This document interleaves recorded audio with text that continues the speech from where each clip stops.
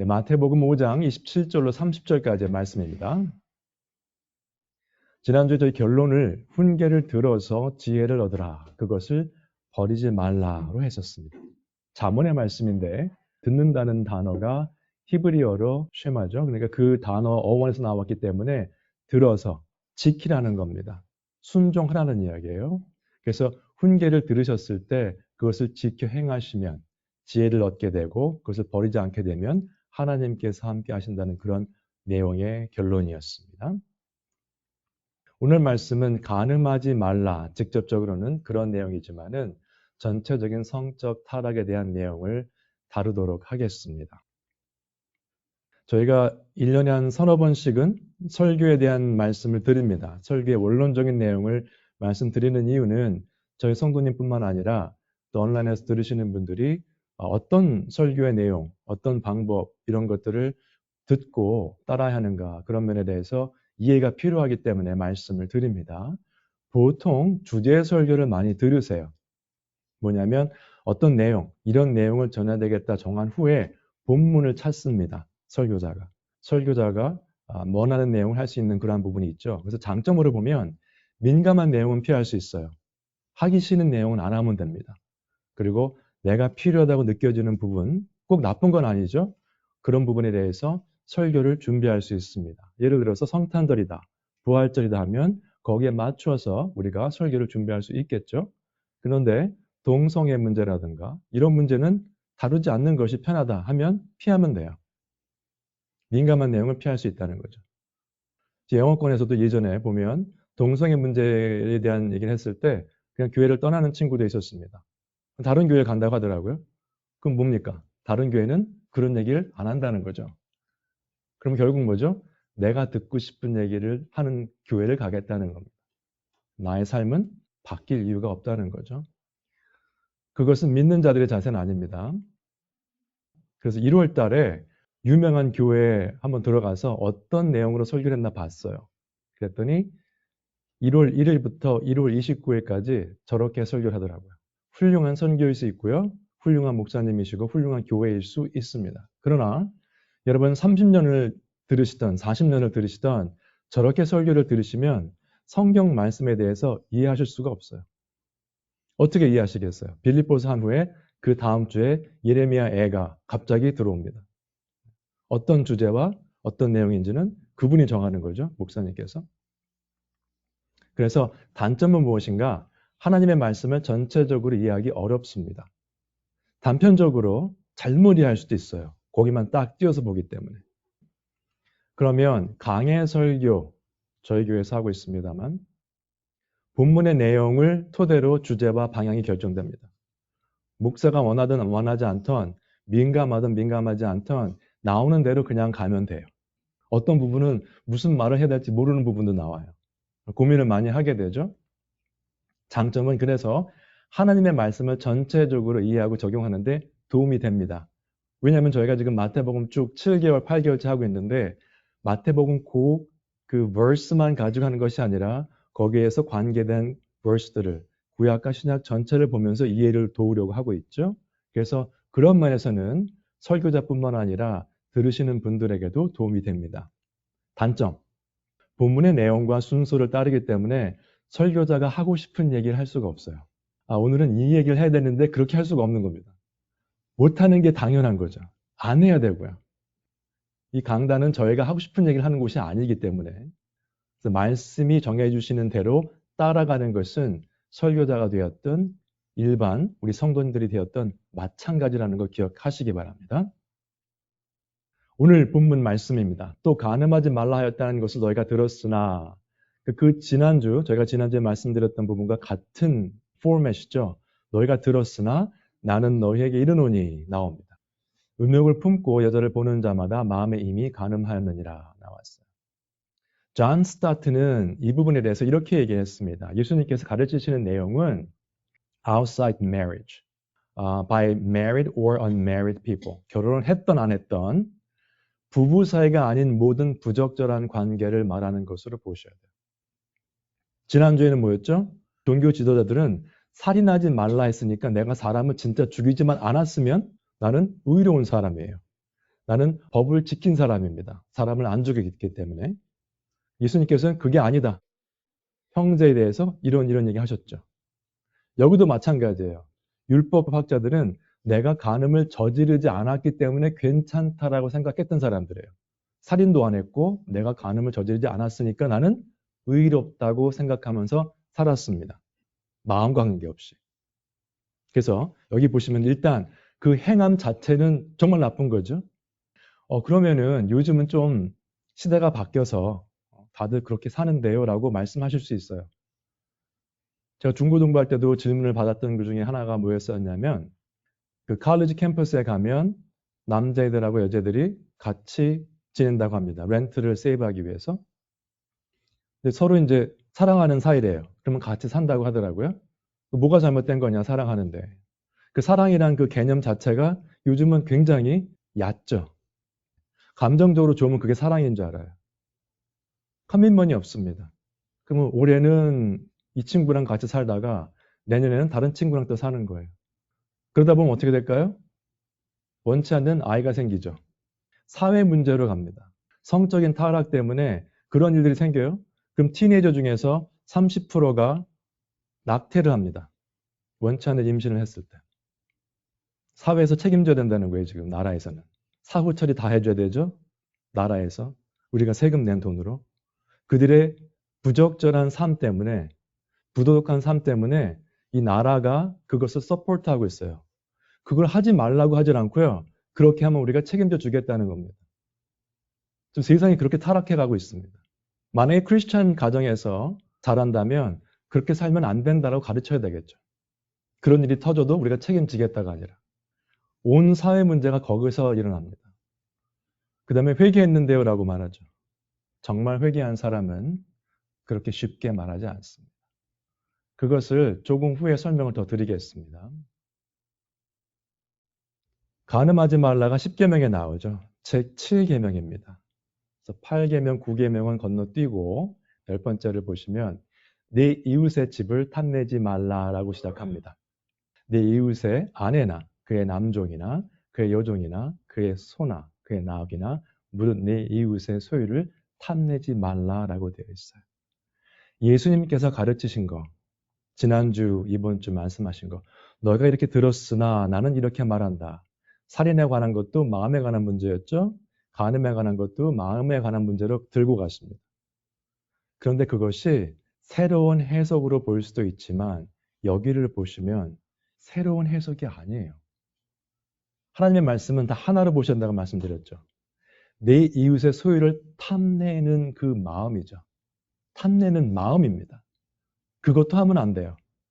그게 곧 간음하는 것이고 그게 곧 도둑질하는 것이고 그게 곧 살인하는 것입니다. 마음에 그런 것이 있다는 것이. 그래서 anything that is your neighbor's, 뭐가 됐든지 간에 남의 것을 탐내지 말라는 뜻이거든요. 그러면 10계명, 팔복, 성령의 열매 다 하나로 보셔야 돼요. 왜 그럴까요? 같이 한번 읽으실까요? 시작. 누구든지 온 율법을 지키다가 그 하나를 범하면 모두 범한 자가 되나니. 성경 말씀입니다. 다 하나예요. 설명은 다 따로따로 하고 있지만 그 중에 하나라도 범하면 다 범한 자가 된다고 말씀하고 있습니다. 정확히 나오죠? 간음하지 말라 하시니가 또한 살인하지 말라 하셨은즉 내가 비록 간음하지 아니하여도 살인하면 율법을 범한 자가 되느니라.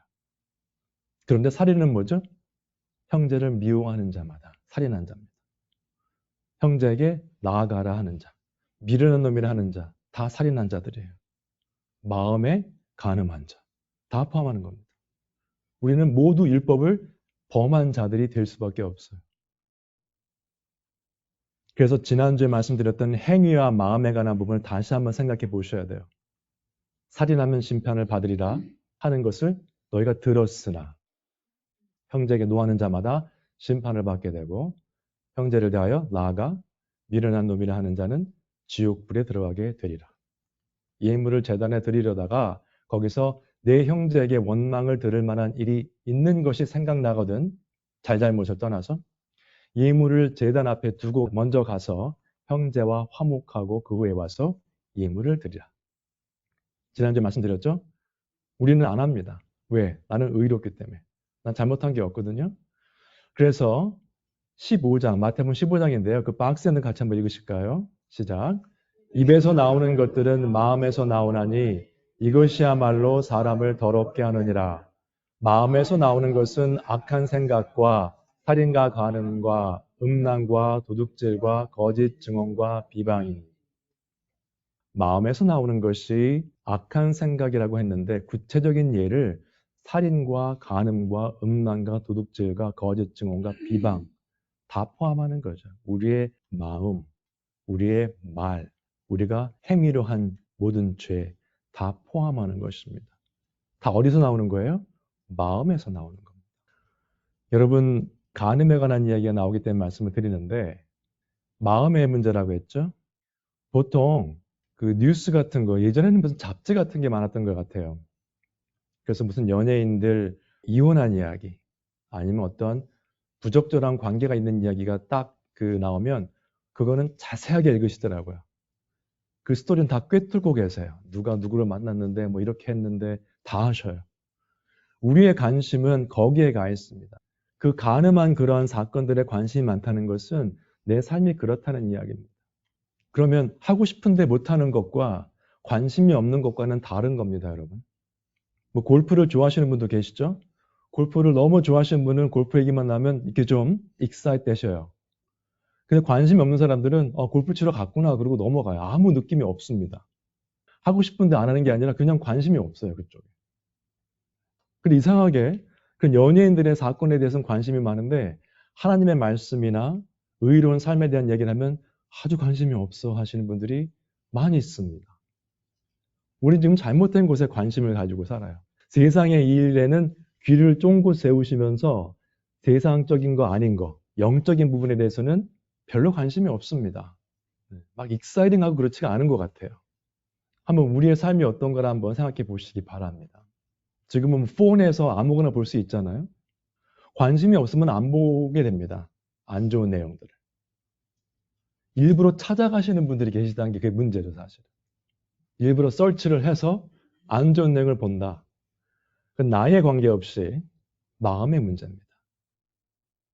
그래서 예수님께서 말씀하신 것은 살인하는 자에 관한 이야기, 간음에 관한 이야기를 하시면서 형제와 화해하고 와라. 뭡니까?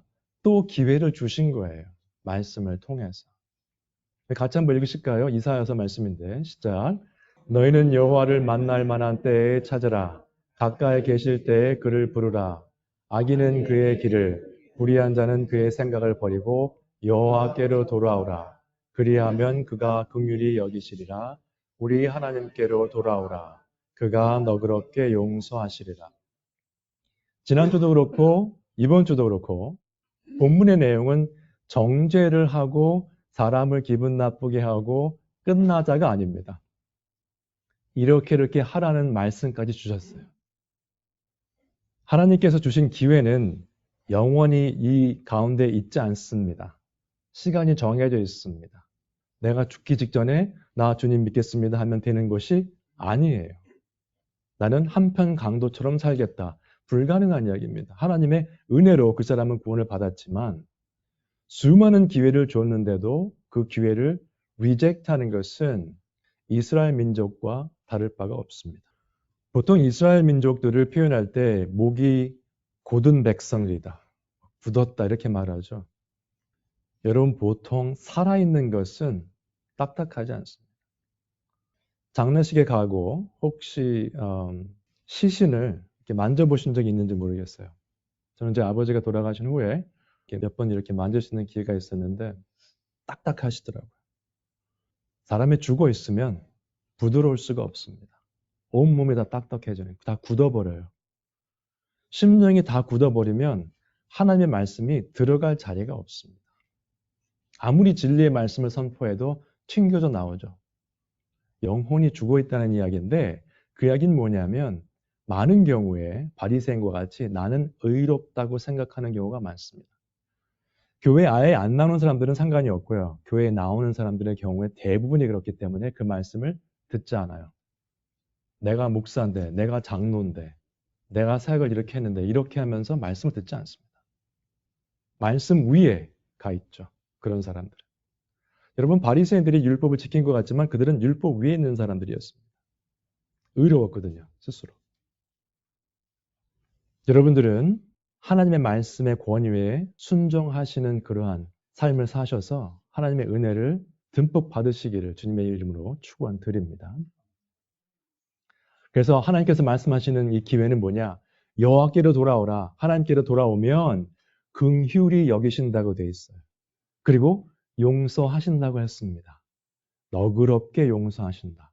영어 표현에는 abundantly pardon. 풍성하게 용서하신다고 되어 있습니다. 돌아오셔야 돼요. 회개하셔야 됩니다. 저게 회개의 모습이거든요. 그러면 오늘의 말씀을 어떻게 이해하고 적용할 것인가? 구체적인 내용을 예수님께서 이렇게 말씀하셨습니다. 만일 내 오른 눈이 너로 실족하게 하거든 빼어내버리라. 네 백체 중 하나가 없어지고 온몸이 지옥에 던져지지 않는 것이 유익하며 또한 만일 네 오른손이 너로 실족하게 하거든 찍어내버리라. 네 백체 중 하나가 없어지고 온몸이 지옥에 던져지지 않는 것이 유익하니라. 초대 교부 중에서 오리겐이라는 사람이 있었습니다. 그 사람은 이 말씀을 문자적으로 해석을 해서 실제로 자기의 몸을 훼손했어요.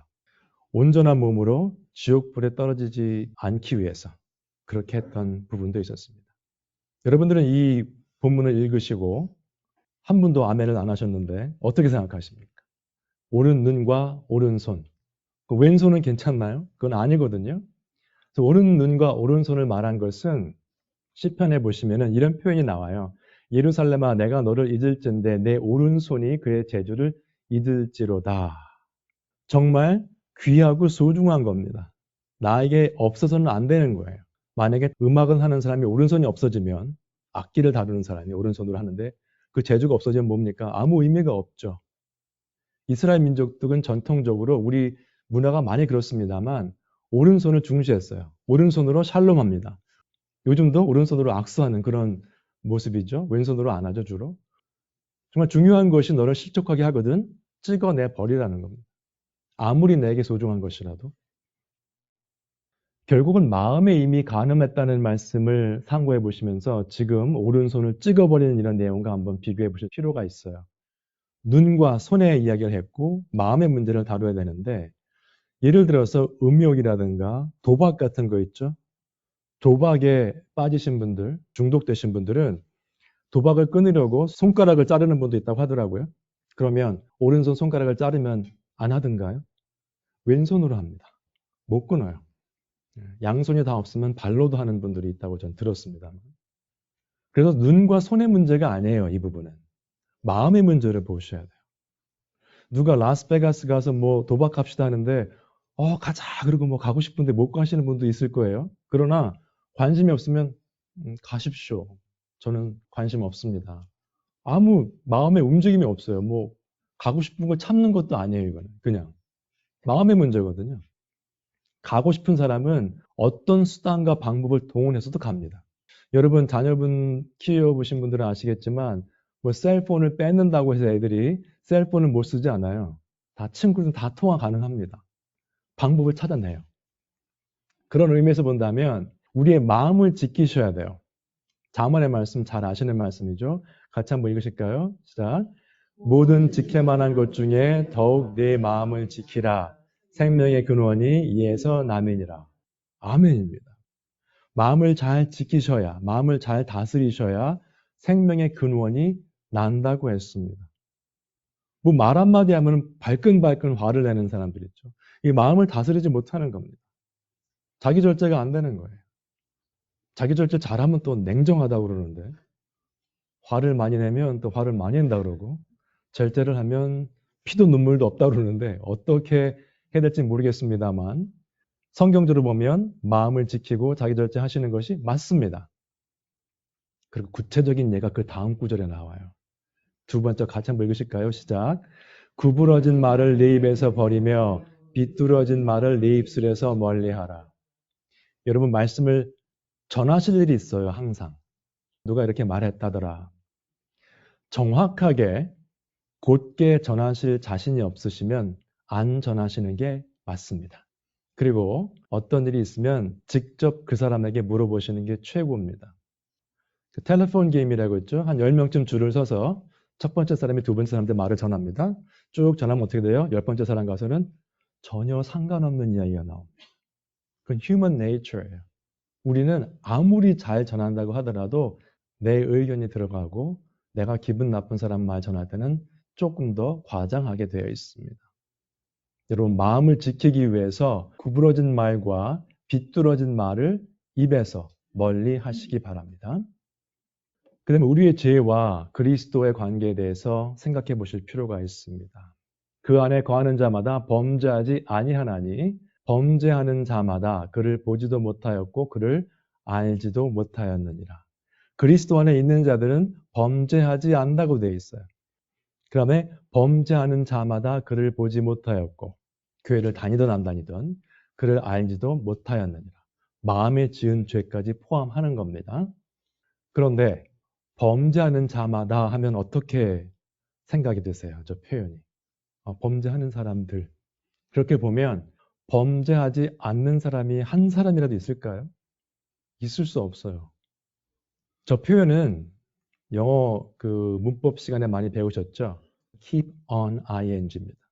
who keeps on sinning. 계속해서 죄를 짓는 자들이에요. 회개하지 않고 계속해서 죄를 짓는 자들.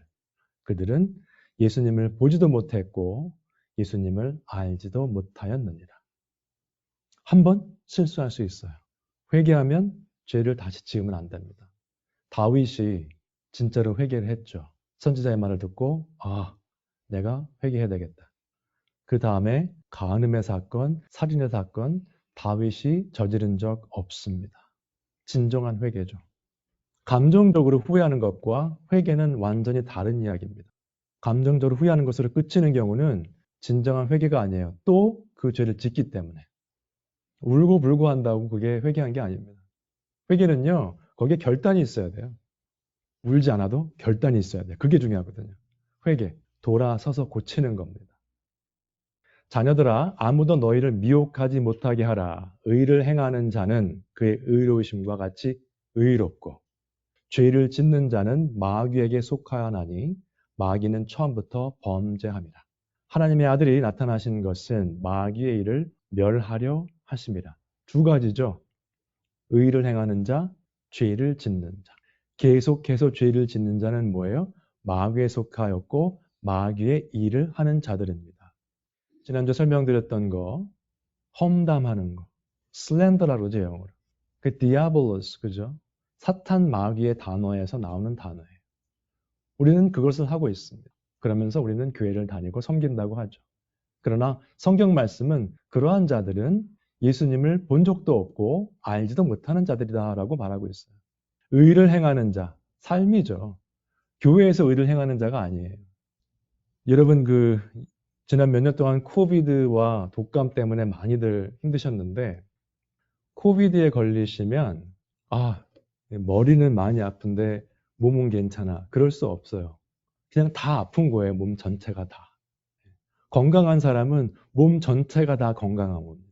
여러분 운동하시는 데 가셔서 나는 건강을 위해서 운동을 매일 하겠다. 가서 이제 이 아령을 듭니다. 아령을 드는데 이 바이셉이라고 그러죠. 바이셉 운동만 일주일 내내 해요. 여기만 커집니다. 난 건강해 라고 할 수 없어요.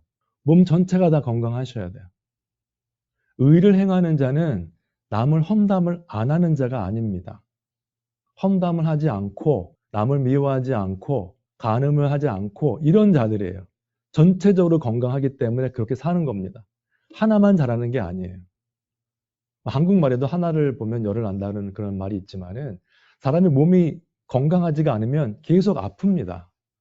영적으로 건강하지 않으면 이 죄를 짓고 저 죄를 짓고 뭐 죄만 짓는 거예요. 계속 이런저런 죄를. 영적으로 건강하신 분은 모든 죄에서 많이 해방이 되세요. 전체적으로. 어떤 하나만 딱 집어서 안 하겠다가 아니라. 그런 일을 범하고자 하는 생각 자체가 들질 않아야 돼요. 계속됩니다. 하나님께로 난 자마다 죄를 짓지 아니하나니 또 나오죠. 이는 하나님의 씨가 그의 속에 거함이요 범죄하지 못하는 것은 하나님께로부터 났습니다. 뭡니까? 요한복음 3장에 예수 그리스도께서 니고데모에게 말씀하신 거죠. 위로부터 난 자, 하나님께로 난 자입니다. 그런 자들이. 회개하고 거듭난 자들이에요. 이러므로 하나님의 자녀들과 마귀의 자녀들이 드러나나니라고 되어 있습니다. 여러분 보통 저 사람은 열매가 없네요. 좀 신앙생활을 잘했으면 좋겠습니다. 회개하셔야 되겠습니다. 그러면 판단한다고 그러고 기분 나빠합니다. 사람들이. 성경 말씀에는 하나님의 자녀들과 마귀의 자녀들은 확연히 드러난다고 되어 있어요. 드러난다는 표현은 뭐냐면 By this it is evident. 영어로 증거, crime scene에 가서 증거 채취하면 그게 evidence죠. evidence. 충분히 누가 그 사람이 와서 범죄를 저질렀던 증거가 되는 게 나오는 게 evidence입니다. By this it is evident. 하나님의 자녀와 마귀의 자녀는 분명히 구별이 됩니다. 교회 안에 있던 밖에 있던. 장소에 따라서 변하는 게 아니에요. 뭐라고 나옵니까? 무릇 의를 행하지 아니하는 자나 또는 그 형제를 사랑하지 아니하는 자는 하나님께 속하지 아니하니라. 그러나 우리는 나는 하나님의 자녀고 나는 구원받았다고 당당하게 살아갑니다. 바리새인도 그랬어요. 바리새인들이 누구 하나에게 당당하지 않았던 적이 없습니다. 그들은 예수님 앞에서도 당당했었죠. 자기 의로 가득 찬 사람들은 그렇게 살고 있습니다. 지금 말씀드린 요한 1서 전체 내용을 5절부터 보시면 그가 우리 죄를 없애려고 나타나신 것을 너희가 아나니 그에게는 죄가 없느니라요. 죄의 문제입니다. 또 전체적으로. 그러면 도대체 왜 이렇게 죄에 대한 내용을 많이 얘기를 해야 되느냐. 지금 마태복음, 산상수훈 계속 힘든 내용이 나오는데 왜 그렇게 해야 되는가? 우리가 하나님의 말씀 가운데 죄에 대한 내용을 정확히 이해하지 않으면 거기에는 진정한 의미의 gospel, 구원에 대한 내용도 없을 것이고 전도나 선교도 없을 것이고 진정한 의미의 거룩함도 없고 진정한 의미의 하나님을 사랑한다는 말도 가능하지 않다는 겁니다. 죄에 대해서 이해하지 못하면. 예수님께서 십자가에 돌아가신 것은 우리들의 죄를 위해서 돌아가셨습니다. 그게 목적이었어요. 죄값을 치르셨거든요. 근데 우리는 죄에 대한 내용을 말하고 싶어 하지 않고 듣고 싶어 하지 않습니다. 회개에 대한 내용을 듣고 싶어 하지 않아요.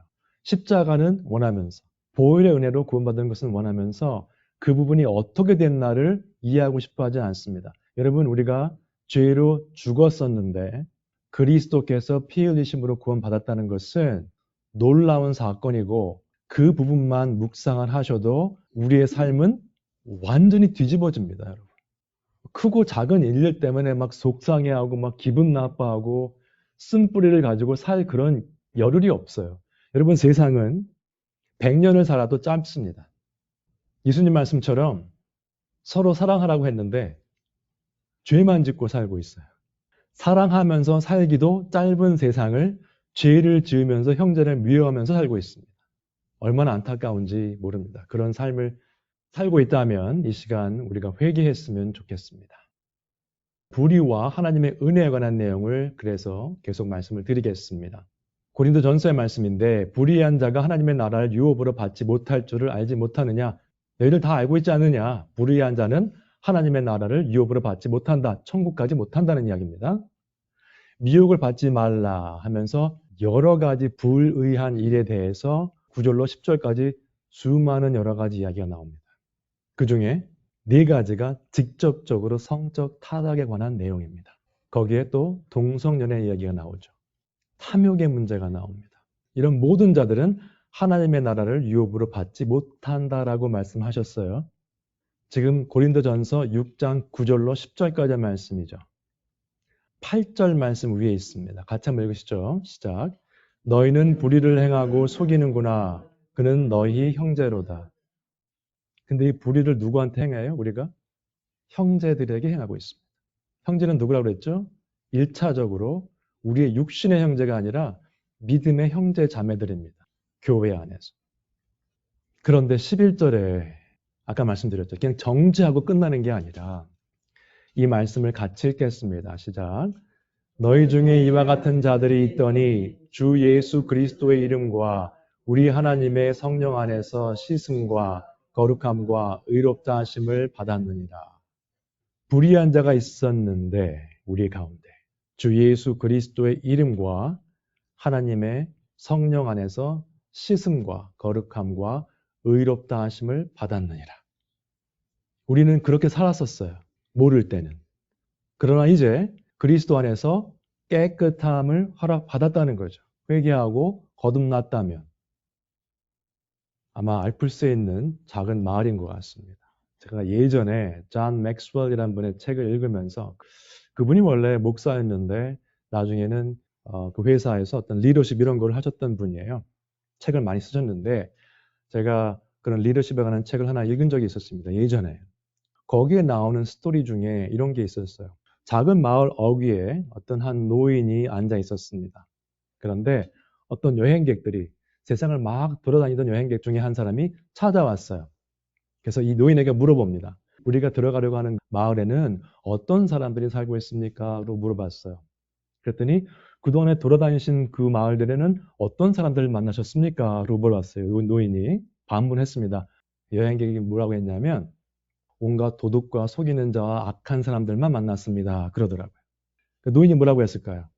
이 마을에 가도 똑같은 사람들을 만날 겁니다. 그렇게 말을 했어요.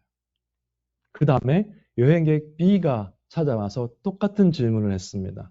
이 마을에는 어떤 사람들이 살고 있습니까?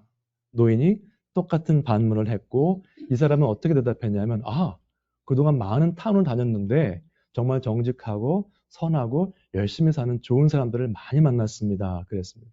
노인이 뭐라고 했을까요? 이 마을에 가도 똑같은 사람들을 만날 겁니다. 그렇게 말을 했어요. 같은 마을인데 두 가지 다른 답변을 했습니다. 여러분들은 그동안 삶을 사시면서 어떤 분들과 교제를 하셨습니까? 만날 때마다 세상 얘기하고 놀러갈 궁리하고 어떻게 하면 돈을 더 많이 벌까 이런 계획 짜고 이런 분들 만나셨어요? 아니면 하나님의 나라를 위해서 우리가 뭐 할 수 있는 게 없을까? 가정에서, 교회에서, 직장에서 그리스도인으로 어떻게 살아야 되는가 고민하고 함께 기도하시는 분들을 만나셨습니까? 우리가 삶을 하나도 안 바꾸면요, 앞으로의 삶에서도 똑같은 사람과 교제하게 됩니다. 같은 교회를 다니더라도 다른 종류의 사람들과 교제하며 살아가실 거예요. 디도서의 말씀입니다. 같이 한번 읽으시죠. 시작. 깨끗한 자들에게는 모든 것이 깨끗하나 더럽고 믿지 아니하는 자들에게는 아무것도 깨끗한 것이 없고 오직 그들의 마음과 양심이 더러운지라. 여행객 A와 여행객 B의 차이입니다. 신앙인과 비신앙인의 차이예요. 신앙인은 깨끗한 자들일 것이고 왜냐하면 위에 하나님의 성령 안에서 씻음과 거룩함과 의롭다함을 받았느니라.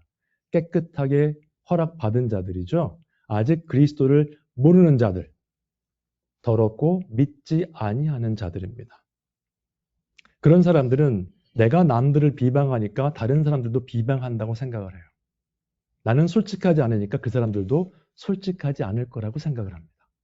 나는 돈만 보고 사니까 다른 사람들도 돈만 보고 산다고 생각을 하는 겁니다. 다 뭐예요? 나 위주예요. 내 생각이 세상의 진리입니다. 그 사람들은.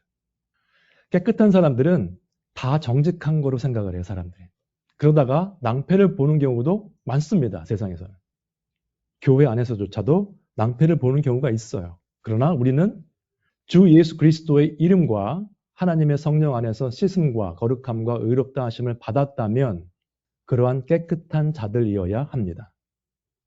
세상에 아무것도 깨끗한 것이 없고 오직 그들의 마음과 양심이 더러워졌다면 우리는 아직도 사람을 믿지 못하고 사람과 함께 교제하지 못하는 더럽고 믿지 아니하는 자들일 뿐입니다. 그러면 오늘 간음에 대한 말씀을 드렸습니다만 구체적인 예의 중에 우리의 삶의 방향을 제시하는 말씀을 하나 나누고 말씀을 마치도록 하겠습니다. 도둑질하는 자는 다시 도둑질하지 말고 돌이켜 그 전에 했던 거 다 잊어버리셔야 돼요. 돌이키셔야 돼요. 계속 도둑질을 하면서 나는 거듭났습니다 할 수 없다는 거죠. 도둑질하는 자는 다시는 하지 말고 일단 첫 번째는 그동안 하던 나쁜 습관들을 버리셔야 돼요. 다시는 그 나쁜 것을 하지 말고 이제 그거 안 합니다. 나는 이제 남의 거 훔치지 않습니다. 그러니까 나는 의롭습니다가 아니에요.